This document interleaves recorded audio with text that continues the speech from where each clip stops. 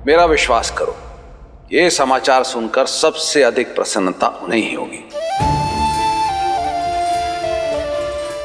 भरत और शत्रुघ्न कैकेयी की यात्रा पर हैं। मैं ये सूचना उन तक पहुंचाने का प्रबंध करता हूं।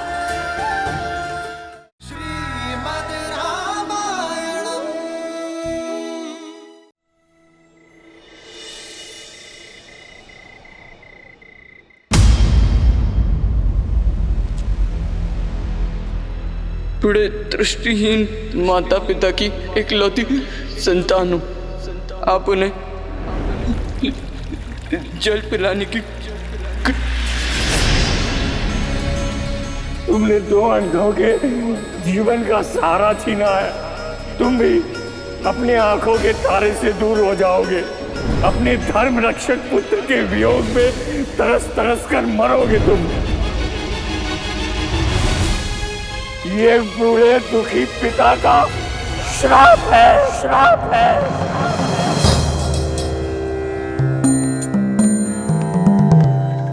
राम गुरुदेव। आयुष्मान भव। महाराज, अचानक स्मरण किया? सब कुशल तो है? जब मन में चिंता के बादल छाए हों तो आशा रूपी सूर्य का स्मरण तो हो ही जाता है। ऐसी कौन सी चिंता है जो अयोध्यापति को खाए जा रही है? चिंता तो कर्म फल है गुरुदेव। मेरी चिंता का कारण मेरे पाप से मिला वो श्राप है।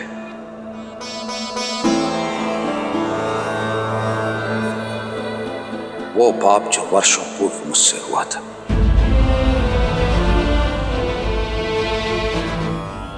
भय मृत्यु का नहीं है गुरुदेव। मृत्यु तो आनी ही है। भय तो मृत्यु के मार्ग का है। इस आयु में आकर पुत्र अपने पिता का सहारा बनते हैं, किंतु मेरे भरत और शत्रुघ्न फिर से मुझसे दूर हो गए। अब निरंतर यह भय सता रहा है कि कहीं मेरे राम और लक्ष्मण तो मुझसे दूर नहीं हो जाएंगे ना गुरुदेव। मेरा मार्गदर्शन करें। ये पल हर राजा के जीवन में आता है महाराज।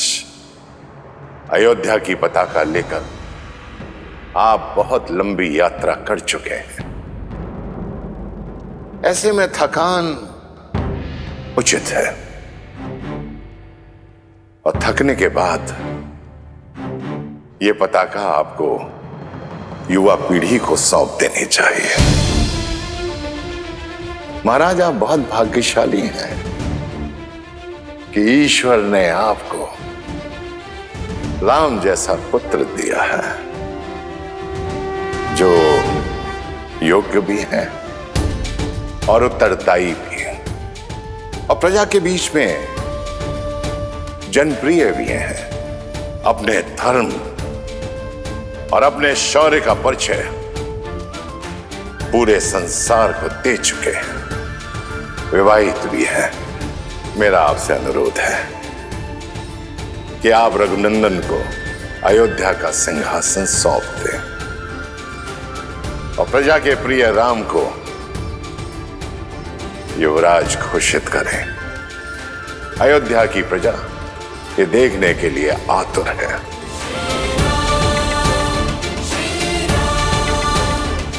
बहुत बहुत धन्यवाद गुरुदेव।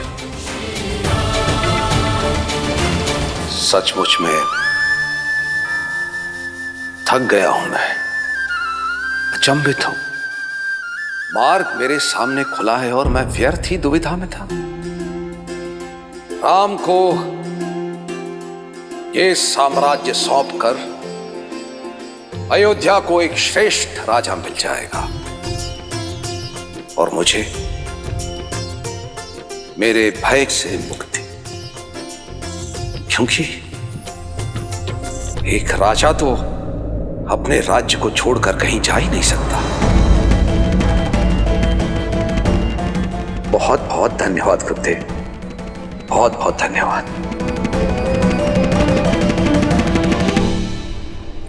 आप एक पुत्र की दृष्टि से देख रहे हैं, एक माँ की दृष्टि से भी तो देखिए। पुत्र के विवाह को 1 सप्ताह भी नहीं हुआ और उसे अपनी वधू के साथ अनिश्चित यात्रा पर जाना पड़ रहा है। कितनी पीड़ा में होंगी वो। माँ कैकेयी को मुझसे अधिक और कोई नहीं जानता सीता। उनके नेत्रों में केवल भरत से बिछड़ने की पीड़ा नहीं थी,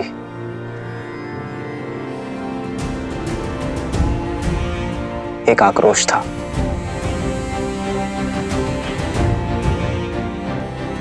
कुछ तो है सीता जो टीस बनकर उन्हें खाए जा रहा है। और फिर अपने पुत्रों की विदाई में पिताश्री भी उपस्थित नहीं थे। ये उनके स्वभाव से विपरीत है सीता। ईश्वर करे कि सब कुछ शुभ हो।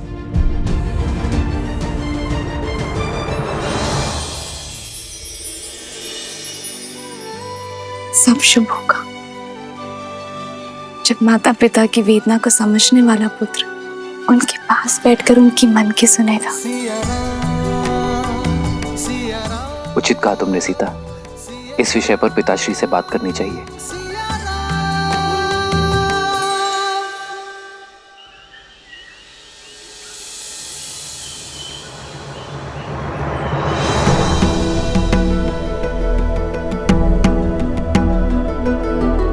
भैया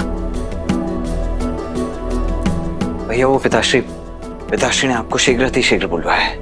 मैं उनके कक्ष में ही जा रहा हूँ लक्ष्मण। परंतु पिताश्री कक्ष में है नहीं भैया, वो राजसभा में है।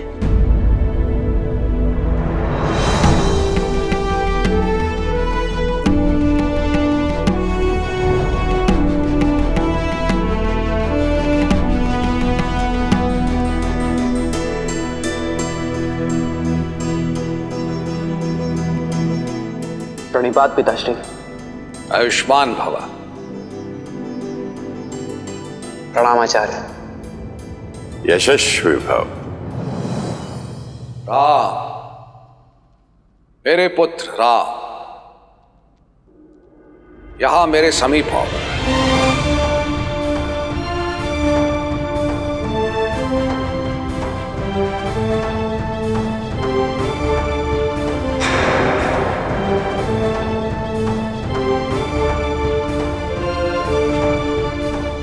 आदेश करे पिताश्री।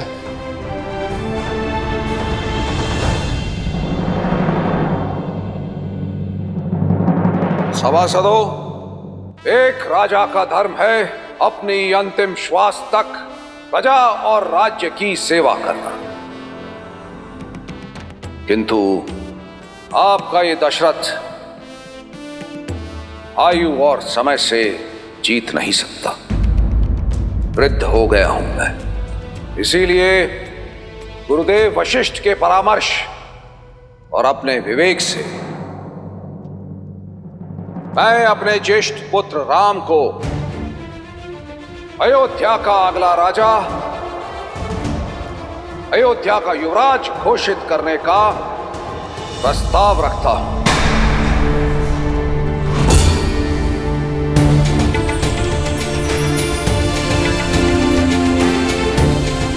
न्याय और धर्म में राम की रुचि उसे इस सिंहासन का सबसे योग्य उत्तराधिकारी बनाती है। श्री रामचंद्र की, श्री रामचंद्र की, श्री रामचंद्र की जय, श्री रामचंद्र की, श्री रामचंद्र की, श्री रामचंद्र की, श्री रामचंद्र की, श्री रामचंद्र की। तुम्हारा क्या विचार है राम?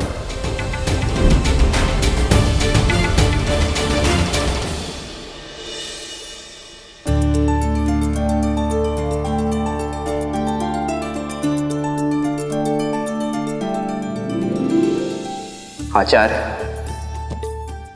प्रजा राजा के लिए उसकी संतान होती है और एक संतान के लिए अपने पिता का निर्णय सर्वोपरि है। मेरे पिताश्री, अयोध्यापति महाराज दशरथ के आदेश का पालन करना मेरे लिए सौभाग्य है।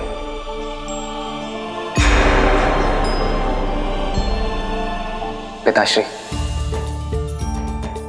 जिस विश्वास के साथ आपने मुझे ये उत्तरदायित्व सौंपा है, मैं प्रयास करूंगा कि आपसे सीख लेकर आपके पदचिन्हों पर चलकर मन, वचन और कर्म के साथ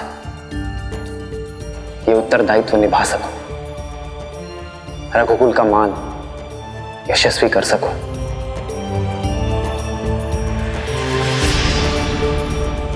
गुरुदेव, राम का युवराज अभिषेक कब कर सकते हैं हम? शुभस्य शीघ्रम। युवराज का अभिषेक कल ही हो सकता है।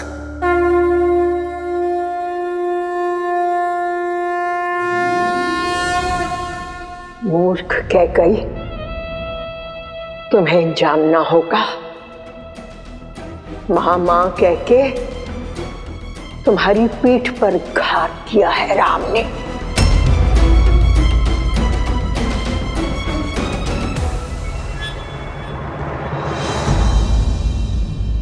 राम, मन में यदि कोई शंका हो तो कहो।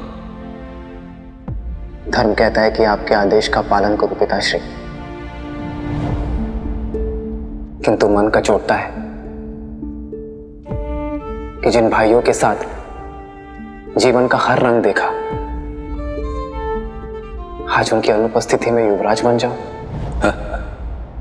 मेरा विश्वास करो, ये समाचार सुनकर सबसे अधिक प्रसन्नता उन्हें ही होगी। भरत और शत्रुघ्न कैकेयी की यात्रा पर हैं। मैं ये सूचना उन तक पहुंचाने का प्रबंध करता हूं। तो ये निर्णय रहा कि कल राम अयोध्या का युवराज बनेगा। राम के युवराज अभिषेक की तैयारियां आरंभ की जाएं। श्री रामचंद्र की, श्री रामचंद्र की, श्री रामचंद्र की, श्री रामचंद्र की।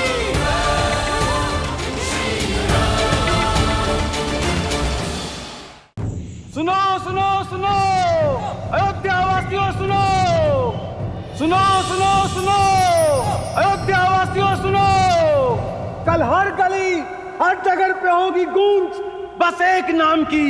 अयोध्या होगी श्री राम की।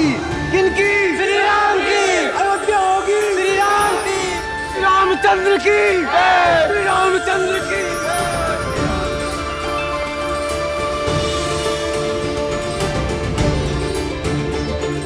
हे महादेव, मैंने तो आपसे वर मांगा था और आपने तो अयोध्या को वरदान दे दिया। धन्यवाद महादेव। सीता, जन्म जन्म का है ये संगम, राम रतन सीता वैभव धन। एक है पौरुष, एक समर्पण, एक है रूप तो दूजा दर्पण। बधाई हो युवराज।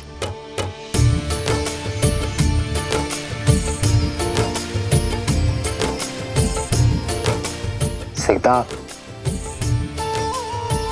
पिताश्री ने आज सभा में मुझे बुलाया और अचानक ये घोषणा कर दी। मैं तुम्हें बताने आ ही रहा था। एक स्त्री का सम्मान सदा उसके पति के मान से जुड़ा होता है, और आज प्रजा के हृदय में आपके लिए मान देखकर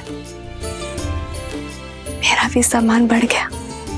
राम है लोचन सीता दृष्टि, राम है बादल सीता वृष्टि।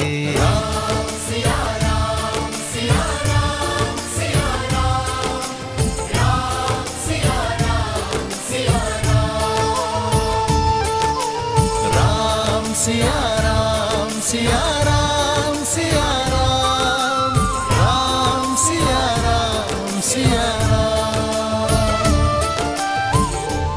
ये मान, ये सम्मान एक श्रृंगार नहीं है सीता, ये दायित्व है मेरा और तुम्हारा भी।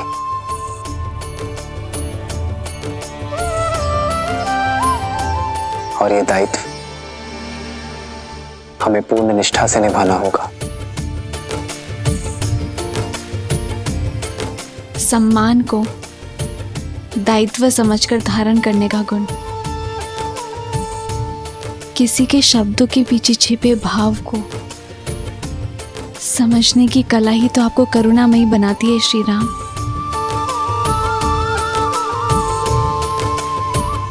मेरा सौभाग्य है कि मैं मर्यादा के नए शिखर चुने इस यात्रा में मैं आपकी संगीनी हूं।